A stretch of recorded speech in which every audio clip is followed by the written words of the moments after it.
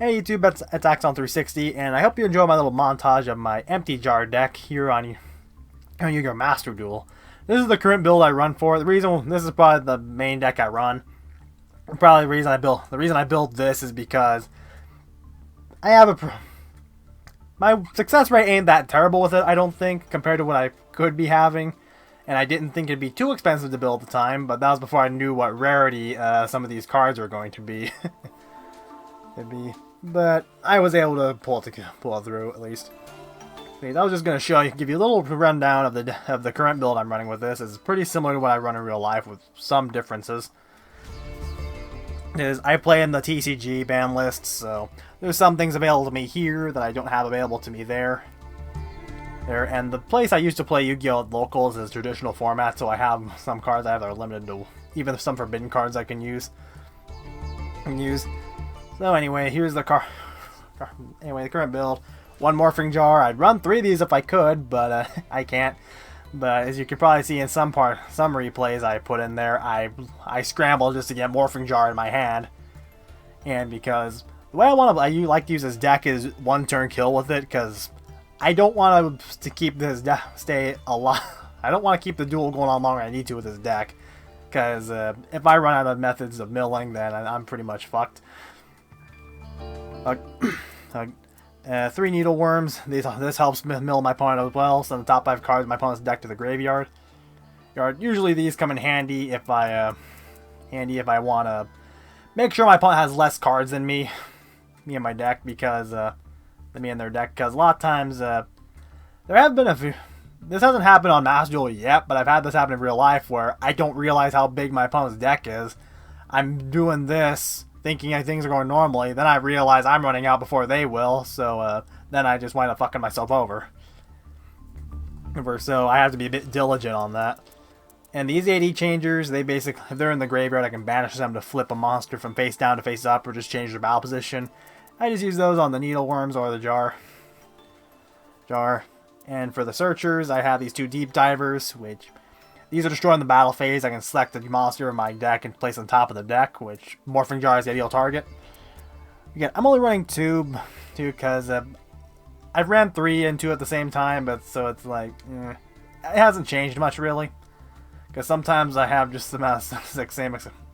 The success rate of me getting the jar to my hand hasn't changed much, or how well I do in duels hasn't changed noticeably yet. 3 Witch of the Black Forest. I prefer using Witch or Sandkin over Deep Diver because I only ever use these as shield. Well, you only use these for shields anyway during their. Well, at least I have. Use them as shields during my opponent's battle phase when they're trying to attack me. So Witch of the Black Forest and Sandkin's a riot effect where I can't activate the card effect the same turn I get it. It doesn't really all matter all that much, because assuming I survive that battle phase, it'll be my turn anyway, so I will be able to use this. Plus, another reason why I like to use these over Deep Divers, because I can still get jar to my hand and still have my draw phase. That's not just jar. So I have whatever my next draw would have been, you know. Anyway, 3 upstarts. The obvious reason just helps me draw cards I need to get. And I know over here in the TCG it's limited to 1, so when I figured out these were unlimited in this format, I was going to take full advantage of it.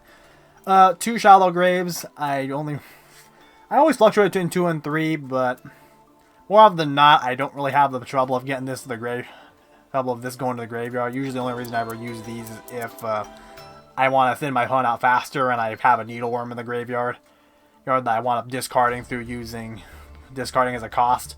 I'll store from Jar's effect. So I'll just bring those out.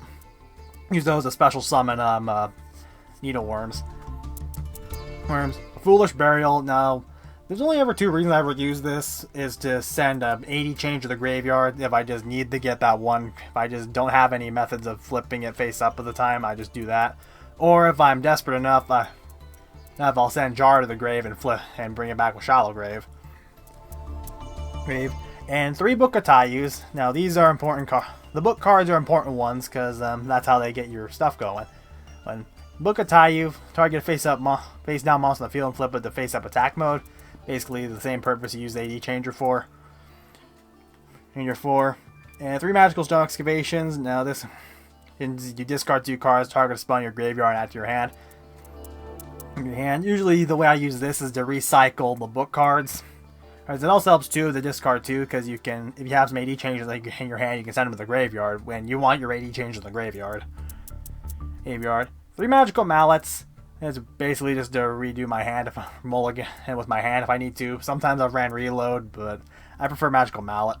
Main reason why is because the results are usually the same with reload and magical mallet, and sometimes a quick play asking to chain all the time gets annoying. That's mainly the only reason why. 1 day of peace. Both being opponent draw a card. It's a +1.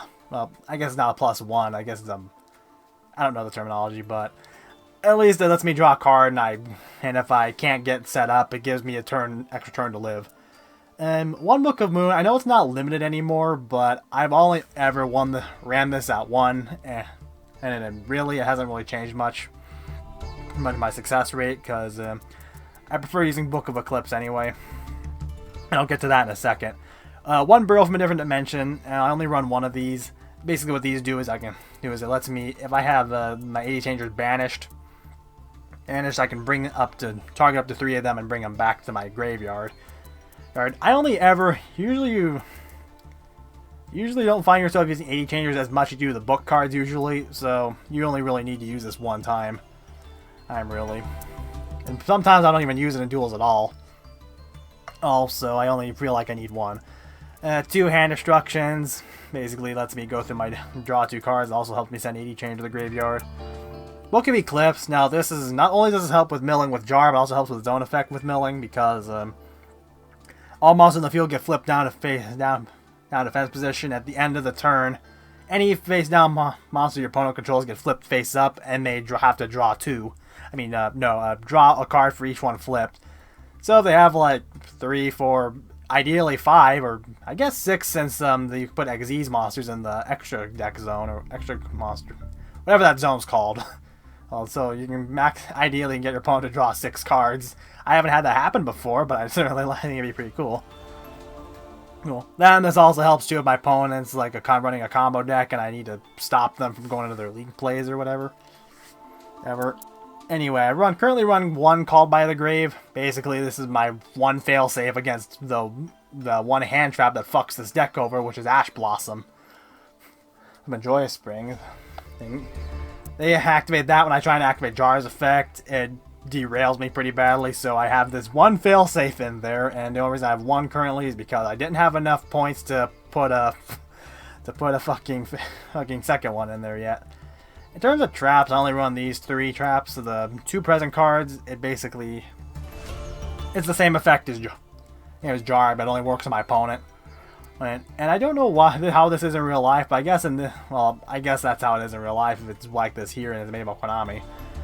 I can't use this if my opponent has less than 5 cards in their deck, which is weird because every other card that makes sure their opponent draw will force them to draw what's ever left and make them lose if it's not the amount. So I don't know why it's different with this card.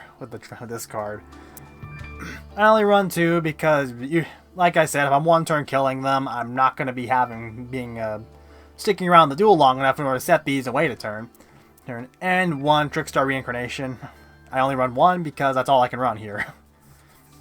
I feel like this one, I like this one better obviously because as if my opponent has a lot more cards in their hand, I can just flip this up and they have to drop a lot more cards than they would have if I had just done with this. Anyway, that's the current build with this deck. I do know that sometimes with these type of decks, people run Morphing Jar 2. I know that they do it. I don't run Morphing Jar 2 because the way its effect works, assuming I remember it correctly, you excavate cards top of your deck until you get the same number of monsters on your field. Same number of monsters you can bring out. I'm mostly afraid of using that because of how much spells and traps this deck has compared to monsters. I'm afraid I'm going to mill myself out before I mill my opponents out. And I need my spell cards because these get sent to the graveyard. Alright, so that's the main reason I don't run these. If I were to run another monster, it'd be Cyberjar if they ever were to bring that off the ban list. Because where I play in traditional format, I do run Cyberjar and it helps because because with the effect to excavate the top 5 and special summoning them to the field with face-up attack, face-down defense, I can bring Jar out, then possibly a few Needleworms down, then I have my board set to set the mill. So anyway, that's the deck profile. I hope you enjoyed this little montage. I think I'll have some more duels featuring this deck in the future, assuming I feel like doing these videos, because usually when I start projects like my essay or Let's Play, I usually stick to those. Anyway, I hope you enjoyed it.